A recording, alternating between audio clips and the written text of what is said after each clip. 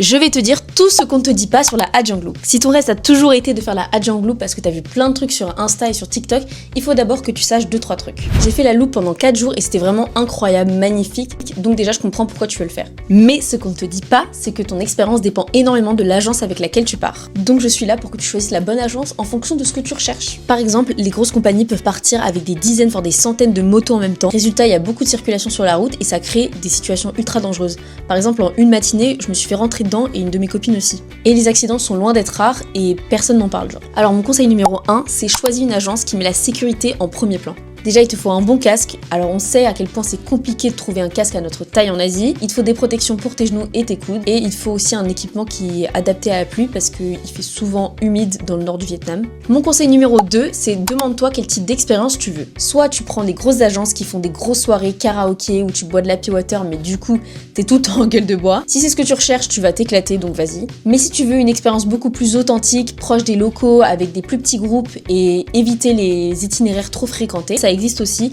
donc je te mets quelques agences en description en fonction de ce que tu préfères. Mon conseil numéro 3, ne crois pas tout ce que tu vois sur les réseaux. Évidemment, sur les réseaux, tu vois que les côtés positifs, tu vois que les gens qui ont eu une expérience de dingue, mais tout le monde ne tombe pas amoureux de son driver ou tout le monde n'est pas genre comme ça avec son driver. Tu peux voir vraiment des gens qui tombent amoureux de leur driver, qui finissent par avoir une love story.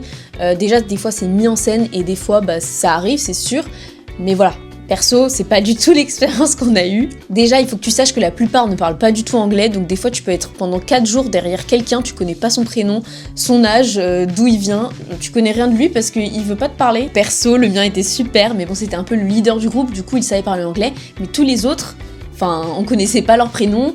Une fois qu'ils nous déposaient à l'auberge, on les voyait plus. Et le dernier conseil qui est ultra important, il faut absolument que tu partes avec une assurance voyage. C'est le genre de choses qu'on espère ne jamais utiliser, mais quand tu l'as, t'es bien content. En conclusion, je te dis pas de ne pas faire la Adjang Loop, juste au moins maintenant tu sais tout ce que j'aurais aimé savoir avant. Bref, si t'as d'autres questions par rapport à ton voyage au Vietnam, n'hésite pas à me les poser en commentaire.